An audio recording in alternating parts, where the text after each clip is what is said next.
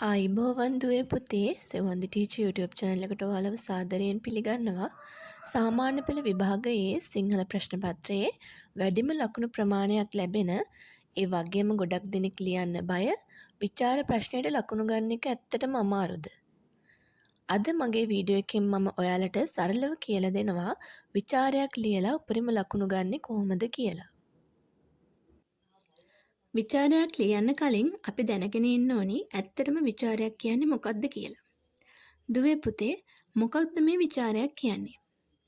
සරලවම කිව්වොත් විචාරයක් කියන්නේ අපි යම් නිර්මාණයක් කියවනකොට අපිට දැනෙන දේ තවත් කෙනෙකුට තේරුම් ගන්න පුළුවන් විදිහට සාධකත් එක්ක ඔප්පු කරලා පෙන්වන එක. ඒකෙදි අපි ඒ නිර්මාණයේ තියෙන රසවත් බව හොඳ නරක වගේම සමාජයට දෙන පණිවිඩය ගැන ගැඹුරින් විමසලා බලනවා. අපි දැන් බලමු සාමාන්‍ය පෙළ විභාගයේදී ඔයාලට විචාර ලියන්න වෙන්නේ කොහොමද කියලා. සාමාන්‍ය පෙළ සිංහල පේපර් එකේදී ඔයාලට ලකුණු 15 විචාර දෙකකුත් ලකුණු 10 විචාරයකුත් ලියන්න එනවා. ලකුණු 15 විචාරයකදී උද්ෘත වලට ලකුණු 4ක් සහ අන්තර්ගතයට ලකුණු 11ක් ලැබෙනවා. ලකුණු 10 විචාරයකදී උද්ෘත වලට ලකුණු 3ක් සහ අන්තර්ගතයට ලකුණු 7ක් ලැබෙනවා. මෙතනදී ඔයාලා මාතෘකාවට අදාළව උද්ෘත යොදා කරුණු ලියන එකත් ශිල්පීය දක්ෂතා යොදන එකත් ගොඩක් වැදගත් වෙනවා. විචාරයක් ලියන්න කලින් අපි කරුණු 3ක් ගැන මතක තියාගන්න ඕනි. ඒ තමයි මුලින්ම නිර්මාණය හොඳින් තේරුම් ගන්න ඕනි. අපි විචාරය ලියන පද්‍ය නිර්මාණය හෝ ගද්‍ය නිර්මාණය තේරුම් ගන්නේ නැතුව අපිට විචාරයක් ලියන්න බෑ. ඒ වගේම තමයි නිර්මාණයේ තියෙන ගුණදොස් විමසන්න ඕනි. ඒ වගේම අපි ඉදිරිපත් කරන ඕනෑම අදහසක් සාධාරණීකරණය කරන්න ඕනි. ඒ කියන්නේ මාතෘකාවෙන් කියවෙන දේ අපි ඔප්පු කරලා පෙන්වන්න ඕනි. අපි දැන් බලමු අපි ලියන විචාරය ගොඩනගා ගන්නේ කොහොමද කියලා. අපිට මෙතනදී ප්‍රධාන කොටස් තුනකට විචාරය ගොඩනගා ගන්න පුළුවන්. පළවෙනි එක තමයි හැඳින්වීම.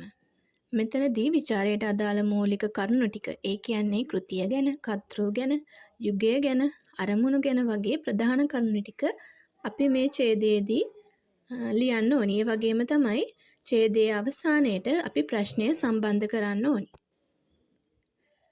දෙවෙනි කොටස තමයි කරුණු පැහැදිලි කිරීම. මේක තමයි දුවේ පුතේ වැදගත්ම කොටස. අඩුම තරමේ කරුණු 3ක්වත් උදාහරණ සහිතව විස්තර කරන්න ඕනි. ඒ කියන්නේ හැඳින්වීමේ ඡේදයෙන් පසුව අඩුම ඡේද 3ක්වත් අරගෙන කරුණු පැහැදිලි කිරීම අපි කරන්න ඕනි.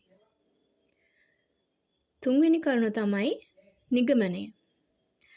අවසානයේට මුළු විචාරයෙන්ම කියන්න උත්සාහ කරපු දේ සාරාංශ කරලා නිගමනයකට ඇවිත් විචාරය අවසන් කරන්න ඕනි.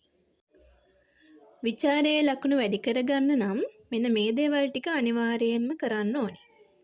කවි සහ උපුටා දැක්වීම් නිවැරදිව ලියන්න ඕනි. ඒ වගේම ලේඛනයට සුදුසු ශාස්ත්‍රීය භාෂාවක් භාවිතා කරන්න ඕනි. කටවහරින් අපි විචාරයක් ලියන්නේ නැහැ. ඒ වගේම තමයි අත්අකුරු පැහැදිලිව තබා ගන්න ඕනි.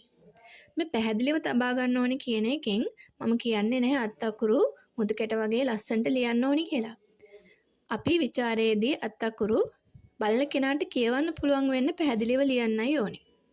ඒ වගේම කාලය කළමනාකරණය කරගන්න ඕනි. විශේෂයෙන්ම ප්‍රශ්නයට ඍජුව පිළිතුරු දීමත් ප්‍රමාණවත් තරම් නිදසුන් දීමත් කියන දේවල් නිසා වැඩි ලකුණකට යන්න අපිට පුළුවන් වෙනවා. ඒ වගේම දුවේ පුතේ විචාරයක් ලියද්දි මෙන්න මේ වැරදි ටික කරන්න එපා. පළවෙනි එක තමයි කරුණු තිබුණත් නිදසුන් නැතිවීම. අපි මාතෘකාවට අදාළව කොච්චර කරුණු ලියාගෙන ගියත් වැඩක් නැහැ. අපිට සම්පූර්ණ ලකුණු ප්‍රමාණය ගන්න බැරි වෙනවා. ගැළපෙන උද්දෘත අපි යොදාගන්නේ නැත්තම්. ඒ වගේම තමයි ප්‍රශ්නයට අදාළ නැති දේවල් ලියන එක. සමහර වෙලාවට සමහර ප්‍රශ්නයකදී කාව්‍ය උපක්‍රම ගැන අහලා තියෙනකොට අපි කාව්‍ය උපක්‍රම ගැන ලියන්නේ නැතුව කවිය අදහස විතරක් ලියාගෙන ගිහිල්ලා තිබුණොත් අපිට ප්‍රශ්නයට අදාළ නැති කරුණු ලිව්ව එකට අපිට ලකුණු අඩු වෙනවා. ඒ වගේම තමයි එකම කරුණ නැවත නැවත ලිවීම. උදාහරණයක් විදිහට කිව්වොත් කාව්‍ය උපක්‍රම ගැනම කතා කරොත් සමහර වෙලාවට දරුවෝ එක ඡේදයක එලිසමය ගැන කතා කරලා තවත් ඡේදයක උපමා රූපක ගැන කතා කරලා ආයෙත් ඊළඟ ඡේදයේ එලිසමය ගැන කතා කරනවා. ඒ වගේ වෙලාවදී පුතේ අපිට ලකුණු අඩු වෙනවා. ඉතින් දුවේ පුතේ මම හිතනවා මේ කරුණ ඔයාලට වැදගත් වෙන්න ඇති කියලා. ඉතින් මේ කරුණ ඔළුවේ තියාගෙන අද ඉඳන්ම විචාර ලියන්න ඔයාලා පුරුදු වෙන්න. එතකොට සාමාන්‍ය පෙළ විභාගයේදී උපරිම ලකුණු ගන්න එක ඔයාලට ගොඩක් ලේසි වේවි.